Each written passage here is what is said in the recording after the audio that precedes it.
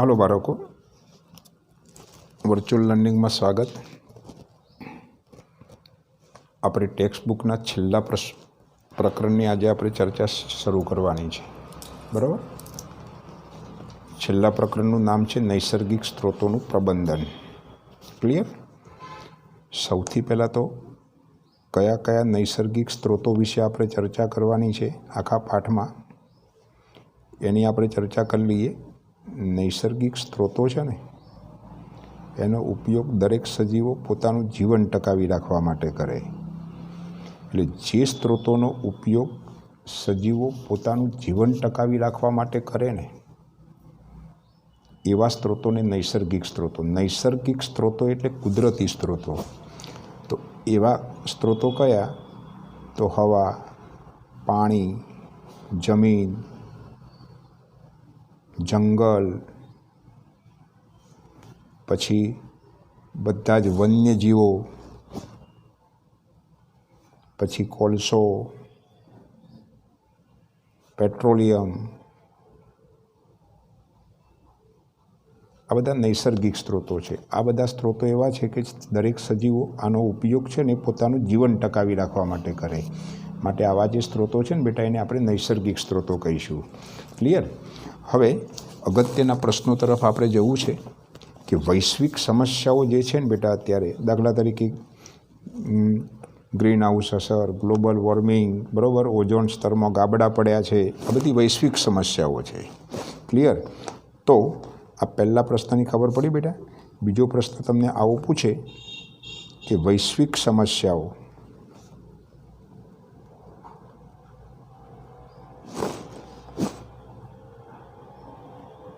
वैश्विक समस्याना समाधान माटे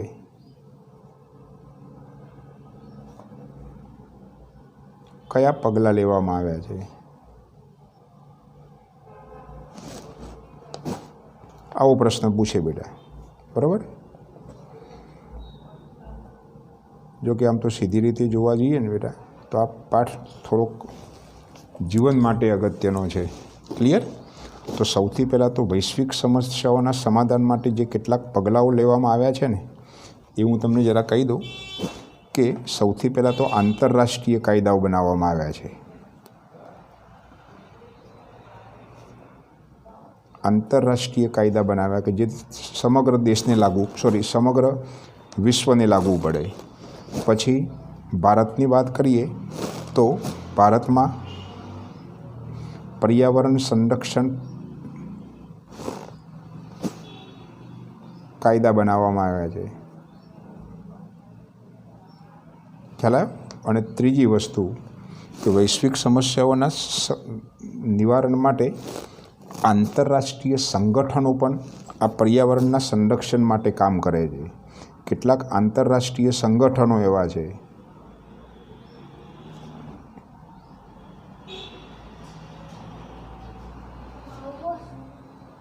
पण कार्य करे। कोना माटे? तो पर्यावरणना संरक्षण माटे, वैश्विक समस्याओं समाधान माटे। तो वैश्विक समस्याओं समाधान माटे कया पगला लेवामां आव्या छे एवो जो प्रश्न पूछे तो आपणे आंतरराष्ट्रीय केटलाक कायदा बनाववामां आव्या छे। भारतमां पण पर्यावरणना संरक्षण माटे कायदा बनाववामां आव्या छे अने आंतरराष्ट्रीय संगठनों पण आ वैश्विक समस्याओं समाधान माटे केटलाक कार्यो करे छे। बराबर, આપણે પર્ટિક્યુલર ભારતમાં રહીએ છીએ એટલે આપણે ભારતની વાત કરીએ। ભારતમાં આ ગંગા નદીનું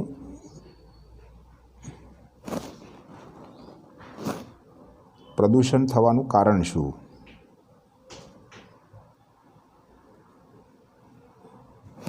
બરાબર, તેની સફાઈ માટે आ तमने याद होवुं जोईए बेटा। कयुं अभियान चलाववामां आव्युं छे? हाथ धरायुं छे। बराबर, जो बेटा भारत में गंगा नदीनुं प्रदूषण थवानुं मुख्य कारण शुं छे हूँ तमने जरा सौथी पहला कही दूँ कि गंगा छे ने ए हिमालय में आवेला उद्गम स्थान गंगोत्रीथी शरू थाय अने बंगाळनी खाड़ी में એક ગંગાસાગર નામનું સ્થળ છે, ત્યાં સુધી એ લગભગ એ ક્યાંથી ચાલુ થાય છે બેટા? તો હિમાલયના ગંગોત્રીથી ક્યાં સુધી? તો બંગાળની ખાડી, આ બંગાળની ખાડી છે ને બેટા, એ વિસ્તારને ગંગાનગર કહેવામાં આવે છે, ગંગાસાગર કહેવામાં આવે છે. ત્યાં સુધીનો જે આખો પથ છે ને બેટા, એ લગભગ 2500 કિલોમીટર લાંબો છે. આમ સીધી રીતે જોવા જઈએ ને બેટા, તો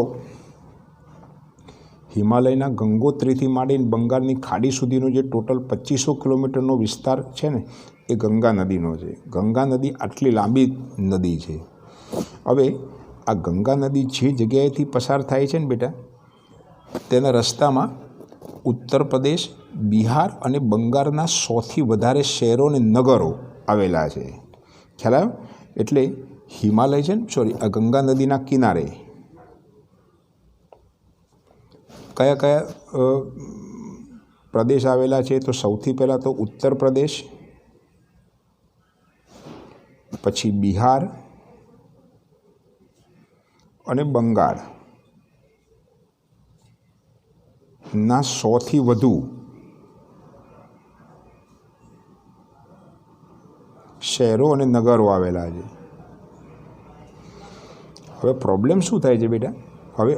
હવે કેટલીક વસ્તુઓ મૌખિક તમને સમજાવું કે આ બધા જે શહેરો અથવા તો નગરો છે ને, એ નગરો દ્વારા જે નકામો જે કચરો ઉત્પન્ન થાય છે અથવા તો મળ, બરાબર, એ બધું જ ગંગા નદીમાં ઠાલવવામાં આવે છે. ક્લિયર? આ ઉપરાંત માનવીઓ પાછા એમાં સ્નાન પણ કરે, કપડાં પણ ધોવે. પછી આપણા દેશમાં તો પેલી પાછી એક માન્યતા છે કે મૃત વ્યક્તિઓ છે ને, એના અસ્થિનું વિસર્જન પણ નદીઓમાં કરે છે. કેટલાક લોકો છેક ગંગા નદીમાં જઈને પધરાવા જતા હોય છે, બરાબર. આવું બધું ચાલતું હોય છે. એના કારણે બેટા શું છે કે ગંગા નદી આખી પ્રદૂષિત થઈ છે. ખબર પડી બેટા? તો આપણે આવું લખવાનું કે હિમાલયના ગંગોત્રીથી બંગાળની ખાડી એટલે કે ગંગાનગર સુધી, ગંગાસાગર સુધી એ 2500 કિલોમીટર એરિયામાં પથરાયેલી છે. એના કિનારે ઉત્તર પ્રદેશ, બિહાર, બંગાળના સૌથી વધુ શહેરો નગરો આવેલા છે. આ શહેરો નગરોમાંથી ઉત્સર્જિત થતો નકામો કચરો, મળ વગેરે ગંગા નદીમાં વહેવડાવવામાં આવે છે. ખ્યાલ આવ્યો? આ ઉપરાંત સ્નાન કરવું, કપડાં ધોવા, મૃત વ્યક્તિઓની રાખ છે, મૃતદેહ છે વગેરેને એ ગંગા નદીમાં વહેવડાવવામાં આવે છે. ક્લિયર? એના કારણે ગંગા નદી પ્રદૂષિત થઈ છે. ભારતમાં ગંગા નદીનું પ્રદૂષણ થવાનું મુખ્ય કારણ આ છે. ક્લિયર? હવે એનું અભિયાન છે ને બેટા, એ અભિયાન કયું ચલાવવામાં આવ્યું છે કદાચ તમને ખબર હોવી જોઈએ. ગંગા સફાઈ યોજના ચાલે છે.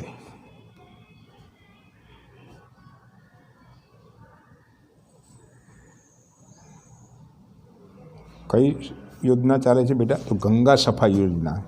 ક્યારથી ચાલુ કરવામાં આવી છે? તો 1985થી ચાલુ કરવામાં આવી છે. ક્લિયર? અને એના કારણે ગંગા નદી છે ને બેટા, એની સફાઈ યોજના અંતર્ગત આમ તો 1985 એટલે બેટા લગભગ અત્યાર સુધી તો કેટલા વર્ષ થયા? તો 35 વર્ષ જેવા થયા.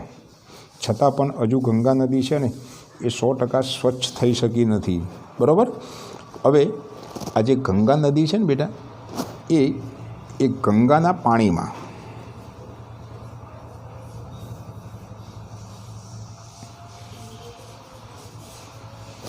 યાદ રાખજો બેટા, કોલિફોર્મ જીવાણુઓ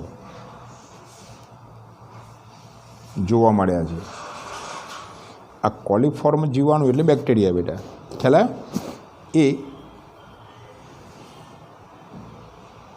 માનવીના આંતરડાને નુકસાન કરે છે. ક્લિયર? અને આ કોલિફોર્મ જીવાણુ છે ને, એ ગંગાના પાણીમાં જોવા મળ્યા છે. અને એવું પાણી પીવાથી બેટા માનવીના આંતરડા છે ને, એ આંતરડાને એ નુકસાન પહોંચાડે છે. બરાબર? તો માનવીના આંતરડા છે ને બેટા, એને નુકસાન પહોંચાડે. ક્લિયર? તો આ બધી વસ્તુઓ છે ને બેટા, એ શાની છે? તો એનું અભિયાન શું છે ખબર પડી બેટા? તો અભિયાન ગંગા સફાઈ યોજના છે, 1985થી ચાલુ કરવામાં આવી છે. બરાબર? અને છેલ્લો એક વાક્ય તમે લખજો બેટા કે ગંગા નદીના પાણીમાં કોલિફોર્મ નામના જીવાણુઓ જોવા મળ્યા છે, જે માનવીના આંતરડાને નુકસાન પહોંચાડે છે. ક્લિયર? એટલા માટે બેટા ગંગાનું સફાઈ યોજના હાથ ધરવામાં આવી છે. ક્લિયર? બરાબર. હવે આપણે બેટા જે અગત્યની ચર્ચા કરવાની છે ને એ પર્યાવરણ બચાવતા 3 R. ખૂબ જ અગત્યના પ્રશ્ન બેટા. પર્યાવરણ બચાવતા તમને બેટા એ પર્યાવરણ બચાવતા મુખ્ય 3 R છે. કેટલા છે? મુખ્ય કેટલા R છે બેટા? તો 3 R છે, પણ આપણે એના 5 R વિશે ચર્ચા કરવાની છે. બરાબર? તમે 3 R તો ઓલરેડી ભણી ચૂક્યા છો, એના માટેના 5 Rની ચર્ચા કરવાની છે. બરાબર? એના 5 R સમજાવો. જોજો બેટા, એ 5 R પહેલી હું તમને સમજાવી દઉં, લખાઈ દઉં. પહેલી વસ્તુ R એટલે પહેલો છે ને રિડ્યુસ. રિડ્યુસનો અર્થ બેટા ઓછું કરવું થાય. બીજો જે છે એ રિસાયકલ. આ રિસાયકલ છે ને બેટા એને પુનઃચક્રીયકરણ કહેવામાં આવે. ત્રીજો રીયુઝ. રીયુઝ એટલે બેટા પુનઃ ઉપયોગિતા કહેવાય એને.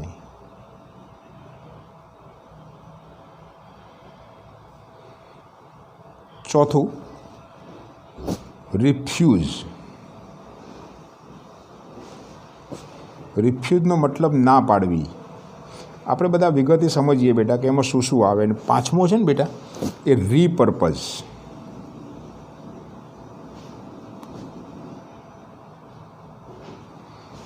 રીપર્પઝ એટલે હેતુ ફેર કરવો. ક્લિયર? પર્યાવરણ બચાવતા 5 R કયા ખબર પડી બેટા?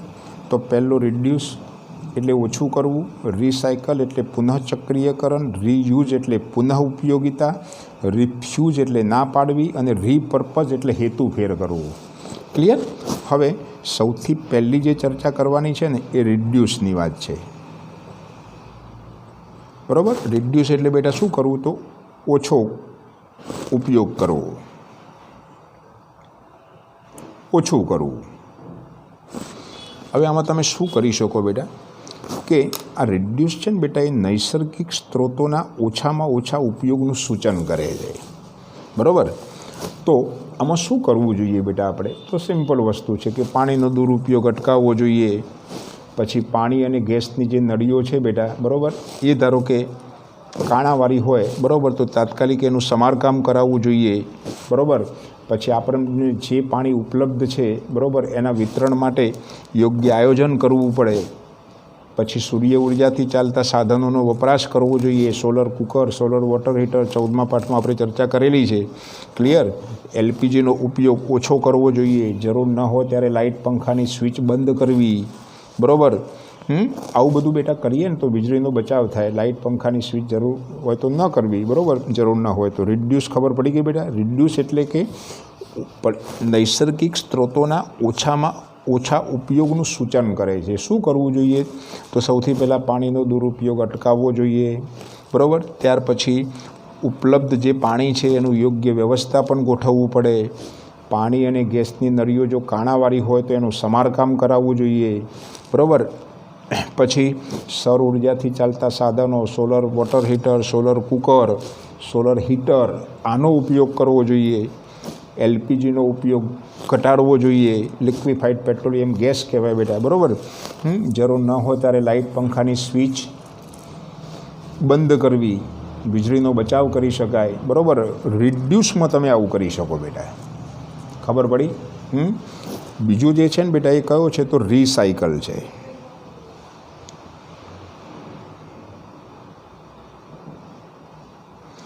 રિસાયકલ એટલે પુનઃચક્રીયકરણ.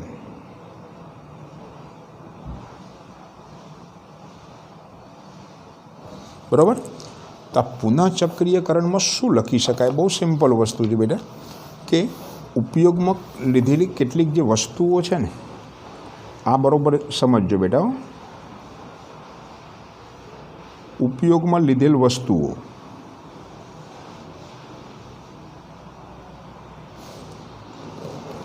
એને શું કરવું બેટા?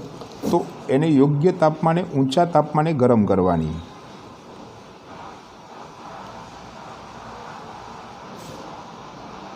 બરાબર. પછી એનું ગારણ કરવું, જેના કારણે એમાં કેટલીક અશુદ્ધિઓ હોય ને તો દૂર થઈ જાય, અને પછી એમાંથી નવી ચીજ વસ્તુઓ બનાવી. ખ્યાલ આવે બેટા?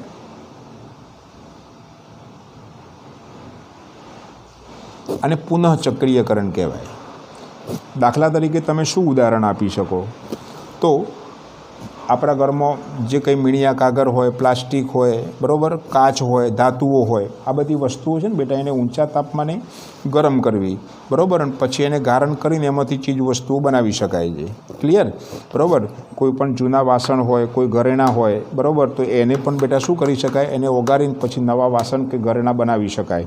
રિસાયકલનો મતલબ ખબર પડી ગઈ બેટા? તો ઉપયોગમાં લીધેલ વસ્તુ છે એને ઊંચા તાપમાને ગરમ કરવી અને એમાંથી એનું ગારણ કરીને પછી એમાંથી નવી ચીજ વસ્તુઓ બનાવી. બરાબર. શું ઉદાહરણ આપી શકાય?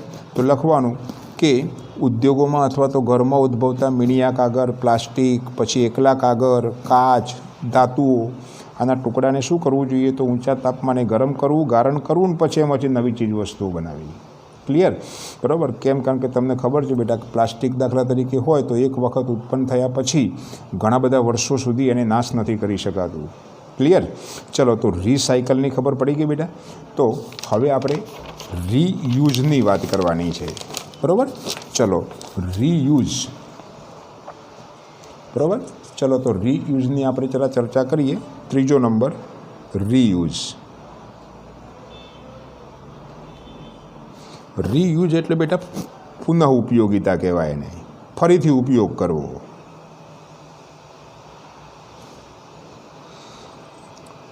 આમ તો બેટા ખરેખર પુનઃચક્રીયકરણ કરતાં પુનઃ ઉપયોગિતા છે ને, બરાબર, એ પદ્ધતિ હંમેશા ઉત્તમ ગણાય.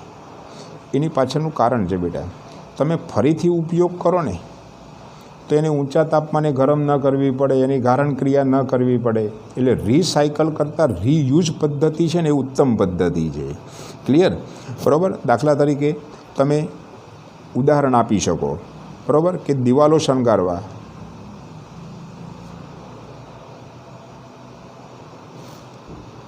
બરાબર, શું કરી શકો? તો તમે બેટા કાચના ટુકડાનો ઉપયોગ કરી શકો, બરાબર. પછી ટાઇલ્સના ટુકડાનો ઉપયોગ કરી શકો, બરાબર. પછી ચિનાઈ માટીના કપનો પણ ઉપયોગ કરી શકો, બરાબર. પછી ડીશ રકાબીનો ઉપયોગ કરી શકો. દિવાલો શણગારવા માટે આવું કરી શકાય. પછી અથાણા અને મુરબ્બાની મુરબ્બા હોય બેટા, બરાબર, એની જે બરણીઓ હોય, ખાલી બરણીઓ, બરાબર, તો એમાં શું કરવી જોઈએ બેટા? એમાં ચા છે, ખાંડ છે, કઠોળ છે વગેરે ભરી શકાય.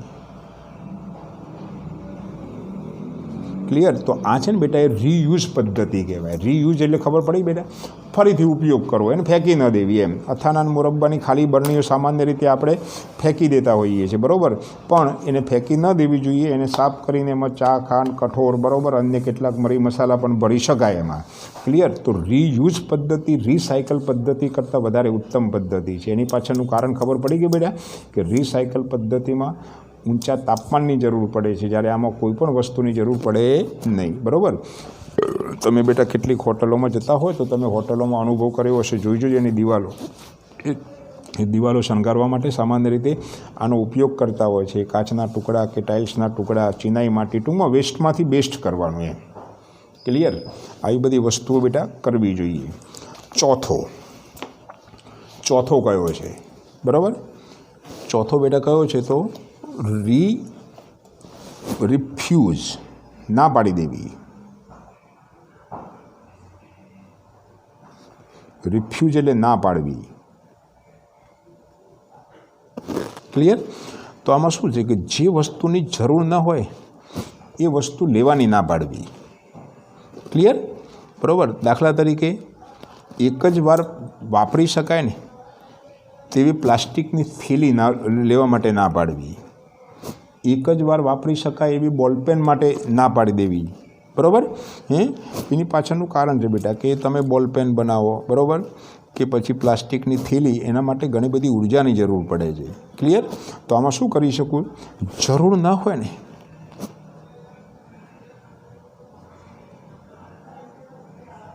જે વસ્તુની જરૂર ન હોય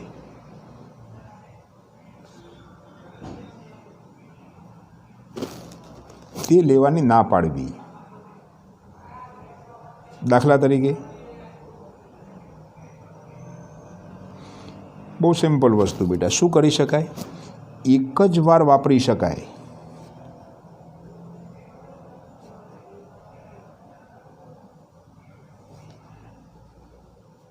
તેવી થેલી ના લેવી. પછી એક જ વાર વપરાય તેવી બોલપેન ન લેવી.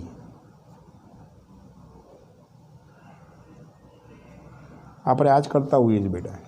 મોટાભાગના બાળકોને હું જોઉં છું બેટા કે જે તમે જે બોલપેન વાપરો છો ને એ યુઝ એન્ડ થ્રો બોલપેન વાપરો છો. આ પ્રકારની બોલપેન ન વાપરવી જોઈએ બેટા. ખ્યાલ આવ્યો? કારણ કે બોલપેન બનાવવા માટે અથવા તો થેલી બનાવવા માટે, બરાબર, આપણે એ ઘણી બધી ઉર્જાની જરૂર પડતી હોય છે. બરાબર. આપણે શાકભાજી લેવા જતા હોઈએ તો સામાન્ય રીતે ઘરેથી કોઈ કાપડની થેલી લઈને જવું જોઈએ. બરાબર. પેલા પ્લાસ્ટિકના જબલા મરે છે એ લેવાનો આગ્રહ ન રાખવો જોઈએ. કેમ? કારણ કે એ બધી વસ્તુઓ એક જ વાર વપરાય છે. ક્લિયર? બરાબર. એટલે સામાન્ય રીતે આ રિફ્યુઝ છે ને બેટા, એ જરૂર ન હોય એવી વસ્તુ લેવાની ના પાડવાની સૂચન કરે છે. પાંચમી વસ્તુ રીપર્પઝ.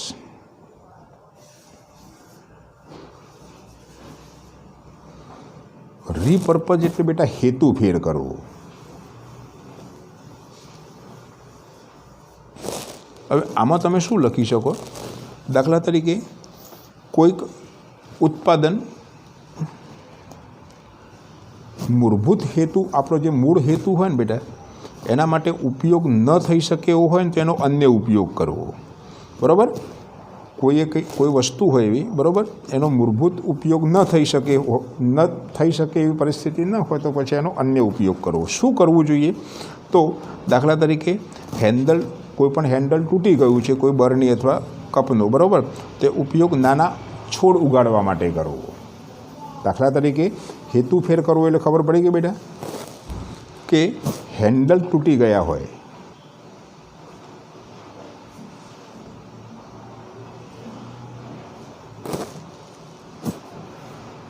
તેવી કાચની બરણી અથવા તો કોઈ પણ કપ, એનો ઉપયોગ નાના છોડ ઉગાડવા માટે કરવો જોઈએ.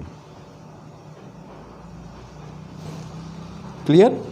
પછી પાણી ભરવાની, દાખલા તરીકે કોઈ માટલી તૂટી ગઈ હોય, બરાબર, માટલું તૂટી ગયું હોય, બરાબર, તો એનો ઉપયોગ છે ને બેટા એક કલાડી માટે કરવો જોઈએ. બરાબર. ગ્રામ્ય વિસ્તારમાં તો આવું થતું હોય છે બેટા. કોઈ માટલું તૂટી ગયું છે, બરાબર, તો આપણે જે કલાડી લાવીએ છીએ, બરાબર, જે તૈયાર કલાડી લાવીએ છીએ, બરાબર, એના કરતાં એ તૂટી ગયેલા માટલાનો નીચેનો જે પોર્શન છે ને બેટા, એ નીચેના પોર્શનનો ઉપયોગ તમે કલાડી માટે કરી શકો. ક્લિયર? તો આ બધી વસ્તુઓ છે ને બેટા એ રીપર્પઝ છે. ખબર પડી? ટોટલ પર્યાવરણ બચાવતા 5 R કયા? તો પહેલો R બેટા રિડ્યુસ, ઓછો કરવો, રિસાયકલ, પુનઃચક્રીયકરણ, રીયુઝ એટલે પુનઃ ઉપયોગિતા, રિફ્યુઝ એટલે ના પાડી દેવી, અને રીપર્પઝ એટલે હેતુ ફેર કરવો. બરાબર. કોઈ વસ્તુ હેતુ ફેરનો ખબર પડી બેટા? મૂળભૂત ઉપયોગ કરી શકાય એવી પરિસ્થિતિ ન હોય તો એનો કોઈ બીજા હેતુ માટે ઉપયોગ કરવો. ક્લિયર? કાચની બરણી હોય કે કપ હોય, એનું હેન્ડલ તૂટી ગયું હોય તો નાના છોડ ઉગાડવા માટે એનો ઉપયોગ કરવો. માટલું તૂટી ગયું હોય તો એમાંથી કલાડી બનાવી શકાય. તો આ બધી વસ્તુઓ છે ને બેટા એ સામાન્ય રીતે આપણે રીપર્પઝ માટે ઉપયોગ કરી શકીએ. બરાબર. બીજી વસ્તુ, હવે આટલા 5 પર્પઝ તો તમને સમજાવી દીધા, બરાબર. 5 આર તો તમને સમજાવે. હવે તમને પ્રશ્ન એવો પૂછે કે પર્યાવરણને મિત્ર બનાવવા માટે તમે તમારી ટેવોમાં કયું પરિવર્તન લાવશો, બરાબર. આવો પ્રશ્ન પૂછે તમને, બરાબર, કે અથવા તો તમને આવું પણ પૂછે કે તમારા ઘરને પર્યાવરણ મિત્ર બનાવવા માટે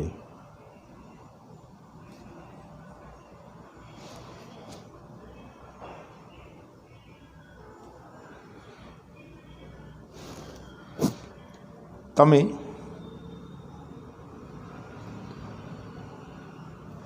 કયા પરિવર્તનોનું સૂચન કરો છો.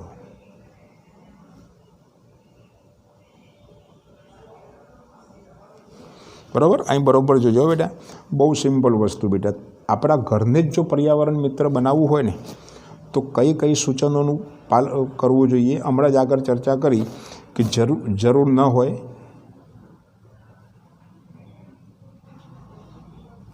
તો શું કરવું બેટા?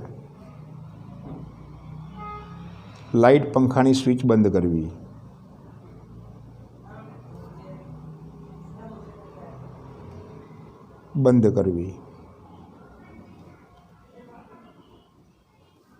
બરાબર. પછી ખાવા પીવાની વસ્તુઓનો બગાડ ન કરવો.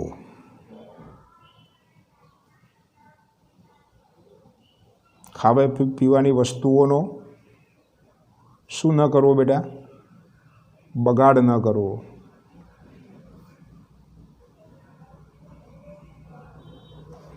પછી ત્રીજી વાત, પ્લાસ્ટિકની વસ્તુઓને યોગ્ય જગ્યાએ ફેંકવી. તમે બેટા આવું સૂચન, આ સિવાયના કોઈ સૂચન લખી શકો? પ્લાસ્ટિકની વસ્તુને યોગ્ય જગ્યાએ ફેંકવી.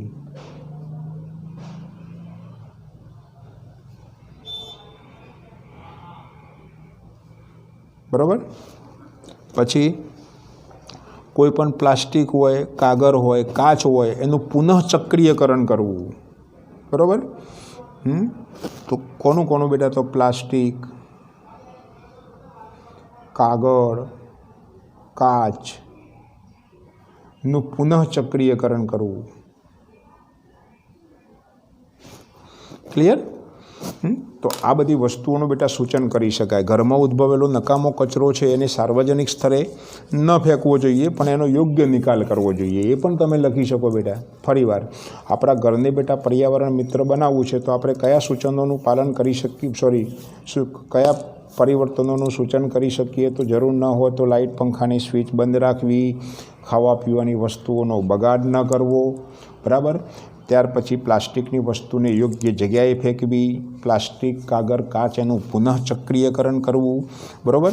તો આ બધા છે ને બેટા એ ઘરને પર્યાવરણ મિત્ર બનાવવા માટેના પરિવર્તનોનું એક સૂચન છે. ક્લિયર? બરાબર. બીજી વાત,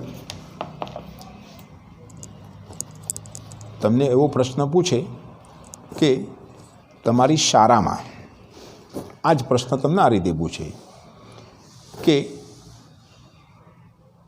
નૈસર્ગિક શાળાને પર્યાવરણ મિત્ર બનાવવી હોય તો તમે શું સૂચન કરી શકો?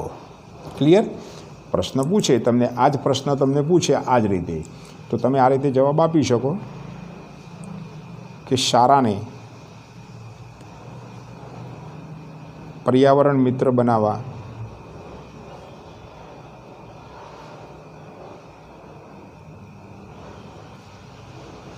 ના સૂચનો લખો. બરાબર. સામાન્ય રીતે દરેક સ્કૂલમાં બેટા આટલું આપણી પોતાની નૈતિક જવાબદારી છે. બરાબર. આમાં પણ શું કરવું જોઈએ? જરૂર ન હોય ત્યારે લાઇટ, ઉપરના બધા લખી શકો બેટા, કે જરૂર ન હોય ત્યારે લાઇટ પંખાની સ્વિચ બંધ કરવી, જરૂર ન હોય ત્યારે પાણીનો નળ બંધ કરવો, પછી અવાજ ઓછો કરી શકાય. બરાબર. જેથી કરીને ધ્વનિ પ્રદૂષણથી બચી શકાય. બરાબર. પણ આપણા બધાની ખાસિયત કેવી બેટા, કે લેક્ચર બદલાતું હોય તો 2 લેક્ચરની વચ્ચેના સમયગાળામાં આપણો એટલો બધો અવાજ હોય, બરાબર, કે બાજુના ક્લાસમાં લેક્ચર ચાલતું હોય ને તો એ લોકો પણ ડિસ્ટર્બ થાય બેટા, એટલો બધો અવાજ આપણે કરતા હોઈએ છીએ. અવાજ ઓછો કરીને ધ્વનિ પ્રદૂષણ ઓછું કરી શકાય બેટા, બરાબર. આ બધું આપણે ન કરીએ તો બેટા ભોગવવું આપણે પડશે બેટા. ખબર પડી? શાળાને પર્યાવરણ મિત્ર બનાવવા માટે 3 સૂચનો આપણે કર્યા. કઈ બોલો તો? પહેલું તો ઉપર લખ્યું છે, જરૂર ન હોય ત્યારે લાઇટ પંખાની સ્વિચ બંધ કરવી, જરૂર ન હોય તો નળ ચાલુ ન રાખવો, બરાબર. પછી અવાજ ઓછો કરીને ધ્વનિ પ્રદૂષણ ઘટાડી શકાય. શાળામાં તમે બેટા આવું કરી શકો. ક્લિયર? તો ધ્વનિ પ્રદૂષણ રોકવા માટેના સૂચનો કયા છે તો ખબર પડી બેટા? તો આટલા સૂચનો તમારે યાદ રાખવા. ઓકે, તો આગળ બેટા જે ચર્ચા કરવાની છે, બરાબર, કે નૈસર્ગિક સ્ત્રોતોના વ્યવસ્થાપનની જરૂરિયાત શું છે એની ચર્ચા હવે પછીના લેક્ચરમાં આપણે કરીશું. પણ શરૂઆતમાં આજના દિવસના કેટલાક અગત્યના પ્રશ્નોમાં કયા કયા પ્રશ્નોની ચર્ચા કરી બેટા? તો સૌથી પહેલાં જે નૈસર્ગિક સ્ત્રોતોની ચર્ચા કરી, પછી વૈશ્વિક સમસ્યાઓના સમાધાન માટે કયા પગલાં લઈ શકાય, ગંગા નદી પ્રદૂષિત થવાનું કારણ શું, કયું અભિયાન હાથ ધરવામાં આવ્યું છે, પર્યાવરણને બચાવતા 3 R, પછી ઘરને પર્યાવરણ મિત્ર બનાવવું હોય તો કયા સૂચનો તમે કરશો, અને શાળાને પર્યાવરણ મિત્ર બનાવવા માટે કયા સૂચનો કરશો. ક્લિયર?